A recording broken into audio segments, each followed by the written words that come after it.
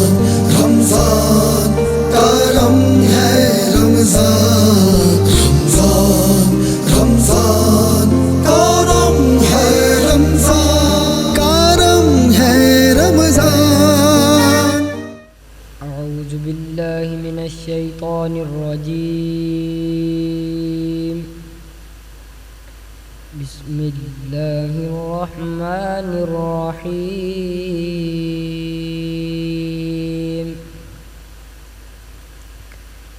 الحمد للہ الذی وهب لي على الكبر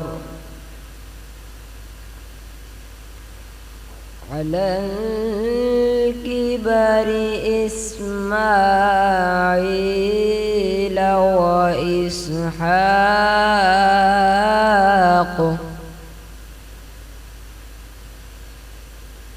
إن ربي لسميع الدعاء،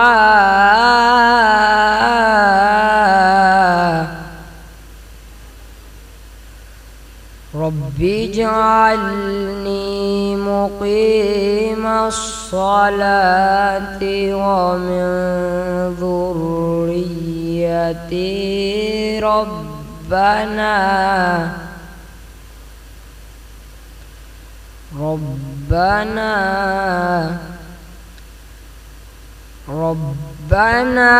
وتقبل دعائي، ربنا اغفر لي ولوالدي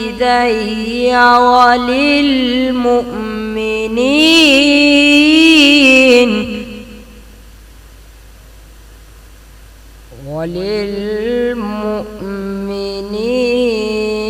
يوم يقوم الحساب،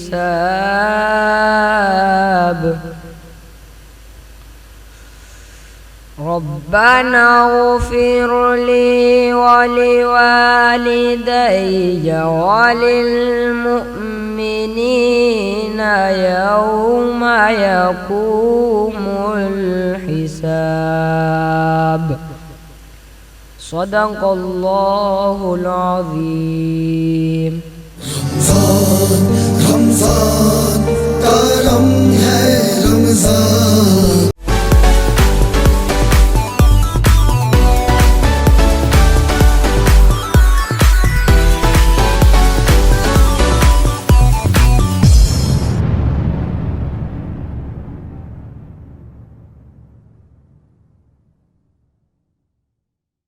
برج Power Battery RSMD international USA کے اشتراک سے پاکستان میں تیار کی گئی پہلی بیٹری، جسے بنایا گیا ہے انٹرنیشنل سٹینڈرڈز کے مطابق 99.99% پیور لیڈ سے تیار کردہ، جس میں ہے ورلڈ کلاس سنتھیٹک اور گلاس فائبر شیٹ جو پریونٹ کرے شارٹ سرکٹ کو اور دے لمبی لائف۔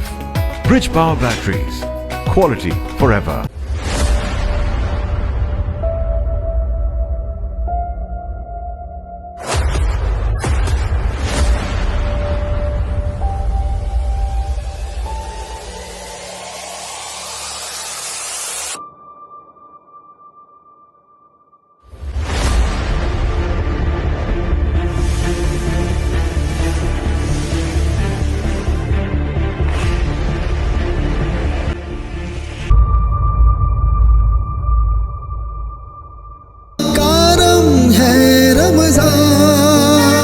آغاز ہے رب جلیل کی بابرکت نام سے، جس نے مجھے اور آپ کو پیدا کیا۔ درود و سلام سرکار دو عالم صلی اللہ علیہ وسلم، آپ کی آل اور آپ کے اصحاب پر۔ السلام علیکم ناظرین، میں ہوں آپ کا میزبان انصف قریشی اور آپ دیکھ رہے ہیں حیدرآباد نیوز کی خصوصی رمضان نشریات کرم رمضان، اور میرے ساتھ موجود ہیں السلام علیکم ورحمۃ اللہ وبرکاتہ، صلی اللہ علی محمد صلی اللہ علیہ وسلم۔ ناظرین، تاجدار مدینہ امام الانبیاء سرور کونین صلی اللہ تعالیٰ علیہ وسلم نے ارشاد فرمایا، جب تک بندہ مومن میری بارگاہ میں درود پاک کا نذرانہ پڑھتا رہتا ہے، اللہ رب العزت اس بندے پر رحمت کا نزول فرماتا رہتا ہے۔ آپ کا میزبان صاحب دادا حافظ محمد علی نقشبندی حاضر خدمت محبت و السلام۔ اور ناظرین، آپ نے قرآن کریم فرقان حمید کی تلاوت سماعت کی۔ آئیں چلتے ہیں انصف بھائی کی جانب. جی انصف بھائی، آج کون مہمان موجود ہے؟ جی الحمدللہ آج 10واں روزہ ہے اور آج جو ہمارے ساتھ مہمان موجود ہیں کسی تعریف و تعارف کے محتاج نہیں ہے. حیدرآباد کی ایک معروف شخصیت ہے اور ایسی شخصیت جو دوسروں کے مسائل کو حل کرنے کے لیے کوشاں رہتے ہیں، دوسروں کے کام آتے ہیں. میری مراد ایم فاروق ایسوسی ایٹس کے روح رواں جناب محمد آیت اللہ خان عرف فاروق صاحب. السلام علیکم. وعلیکم سر السلام. بہت شکریہ آپ کی آمد کا. علی بھائی ان کے ساتھ آج کون موجود ہے ہمارے درمیان؟ جی انصف بھائی، جو عالم دین آج موجود ہیں ان کا تعارف کچھ اس طرح میں کراتا چلوں کہ حیدرآباد نیوز کا حصہ بھی ہیں ٹیم کا. مذہبی حوالے سے بھی الحمدللہ رہنمائی لی جاتی ہے ان سے. میری مراد جناب حضرت علامہ مولانا قاری محمد زبیر رضا قریشی، خطیب و امام مرکزی جامع مدینہ مسجد لطیفہ آباد نمبر 11. السلام علیکم ورحمۃ وعلیکم اللہ. السلام ورحمۃ اللہ وبرکاتہ. علامہ صاحب آپ خیریت سے ہیں؟ الحمدللہ آپ سنائیں جب ٹھیک ہے. الحمدللہ رب العالمین. سب سے پہلے تو آپ کا بہت شکریہ کہ آپ نے ہمیں ٹائم دیا. اللہ آپ کو خوش کے اور موجود ہیں شہر حیدرآباد کے خوش الہان ثناخواں، بہت بہترین انداز سے پڑھنے والے ثناخواں. میری مراد جناب محترم محمد فیصل غوری صاحب سے. السلام علیکم، آپ خیریت سے ہیں؟ اللہ خوش رکھے. تو جناب محبوب کی محفل کو محبوب سجاتے ہیں اور آتے ہیں وہی جن کو سرکار بلاتے ہیں کہ سب سے اولا و اعلیٰ ہمارا نبی، سب سے بالا و اعلیٰ ہمارا نبی، اپنے مولا کا پیارا ہمارا نبی اور دونوں عالم کا دولہا ہمارا نبی. ملتمس ہوں جناب محترم محمد فیصل غوری صاحب سے کہ وہ نعت رسول مقبول صلی اللہ تعالیٰ علیہ وسلم کا نذرانہ پیش فرمائیں. صلی اللہ علیہ یا رسول اللہ وسلم علیہ یا حبیب اللہ.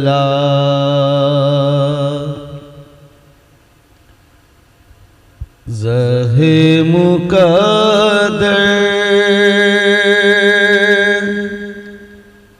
حضور حق سے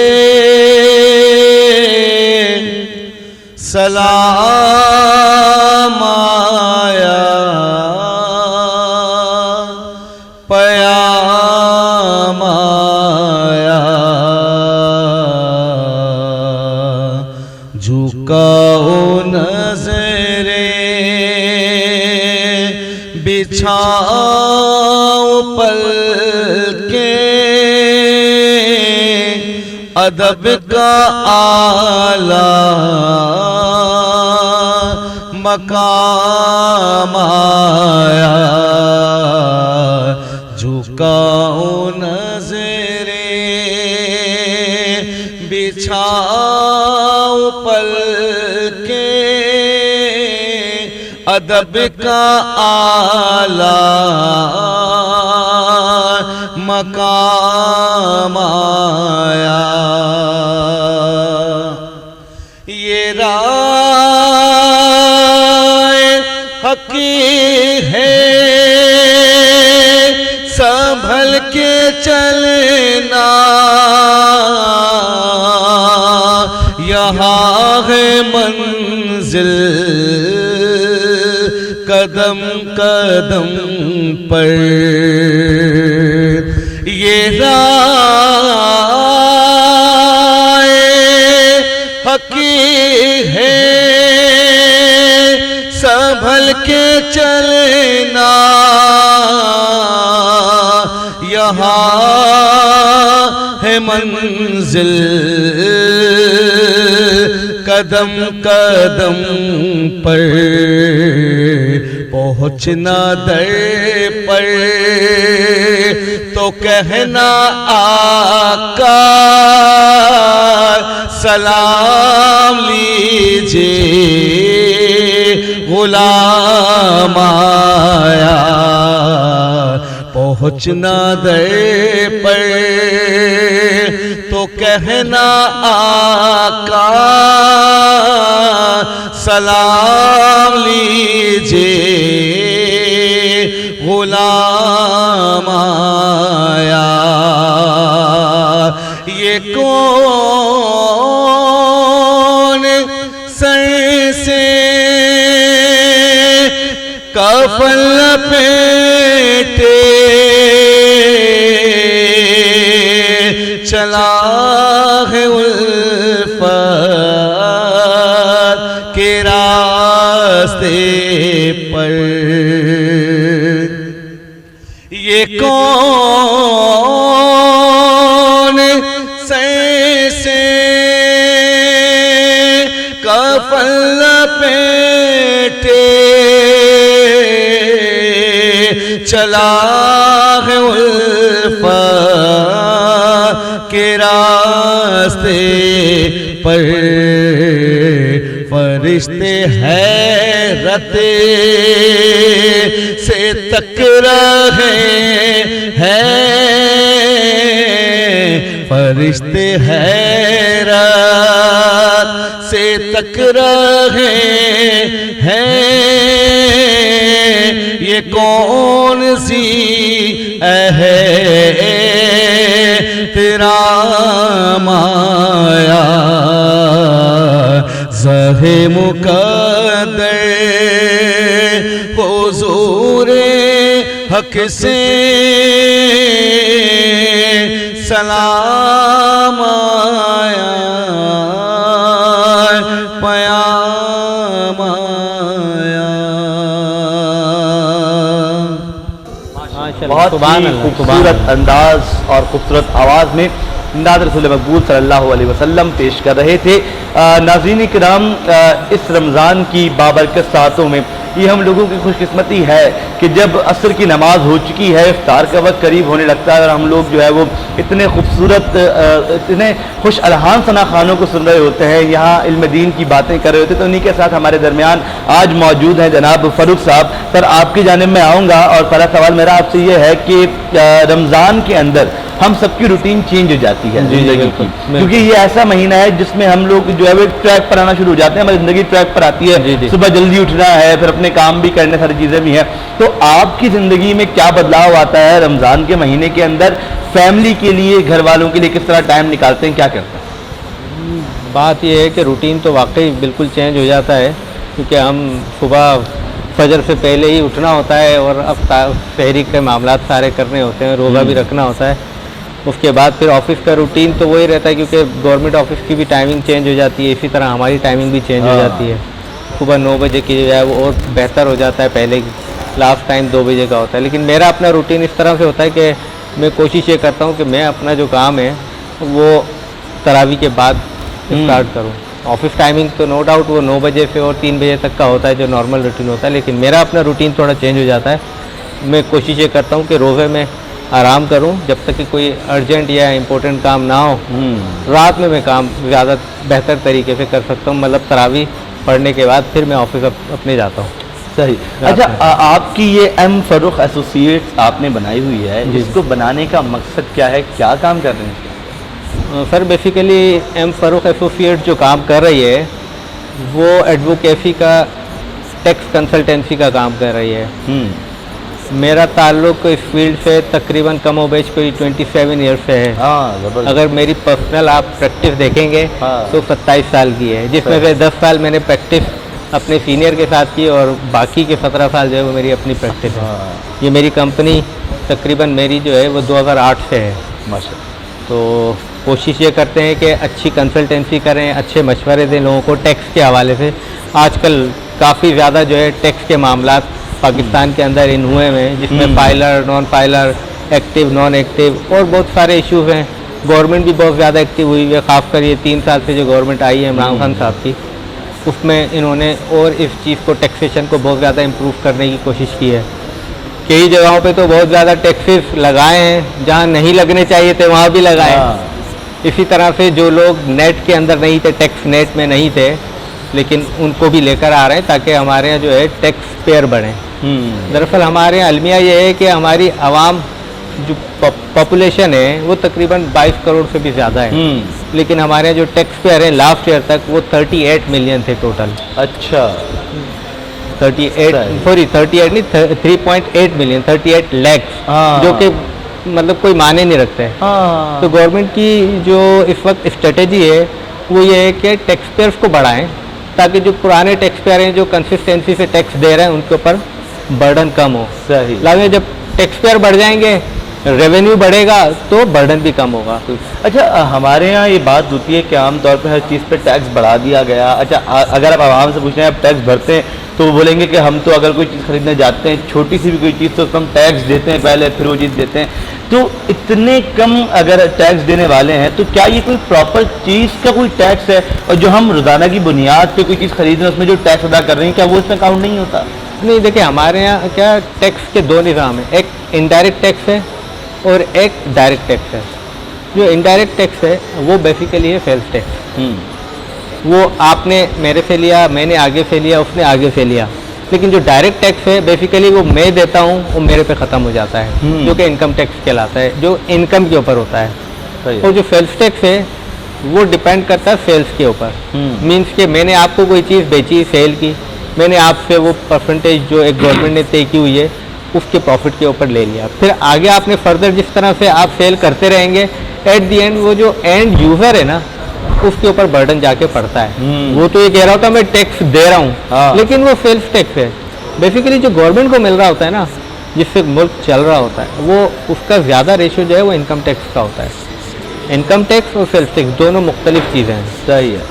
لیکن اب گورنمنٹ نے انکم ٹیکس اور سیل ٹیکس کے ساتھ ود ہولڈنگ کو جو ہے انٹروڈیوس کرایا کافی سالوں سے. اس میں گورنمنٹ کا ریونیو جو ہے وہ زیادہ آ رہا ہے بنسبت انکم ٹیکس سے اور سیلس ٹیکس ہے. اچھا اگر ابھی ملک کی معیشت کی بات کریں حالیہ ملک کی معیشت کی بات کریں تو ایک جانب مہنگائی دیکھی جاتی ہے بہت عروج پر دوسری جانب کہا جاتا ہے کہ بھئی معیشت بھی بہتر ہو رہی ہے.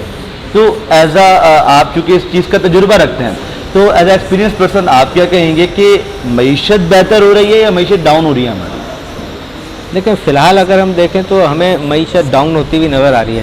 لیکن اس کا امپیکٹ جو ہے نا وہ 2-3 سال کے بعد ہمیں نظر آئے گا کیونکہ یہ جو اسٹیپس لیے جا رہے ہیں نا بیسیکلی معیشت کو اوپر لانے کے لیے کیے جا رہے ہیں.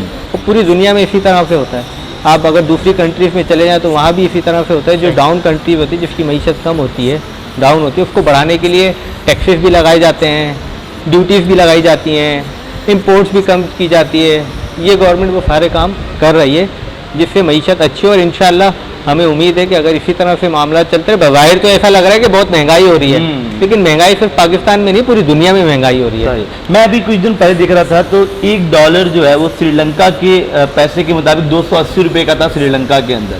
تو یہ جو کووڈ سے جو مہنگائی ہوئی ہے تو کیا اس نے واقعی میں پوری دنیا کو ہی افیکٹ کیا ہے؟ مطلب جو پاکستان میں مہنگائی کا رونا ہے وہ صرف پاکستان ابھی آپ بات بھی کر رہے تھے موضوع پہ تو کیا پوری دنیا میں چیزیں مہنگی ہی امپورٹ ایکسپورٹ ہو رہی ہیں؟ جی بالکل پوری دنیا پہ امپیکٹ آیا ہے صرف پاکستان میں نہیں ہے.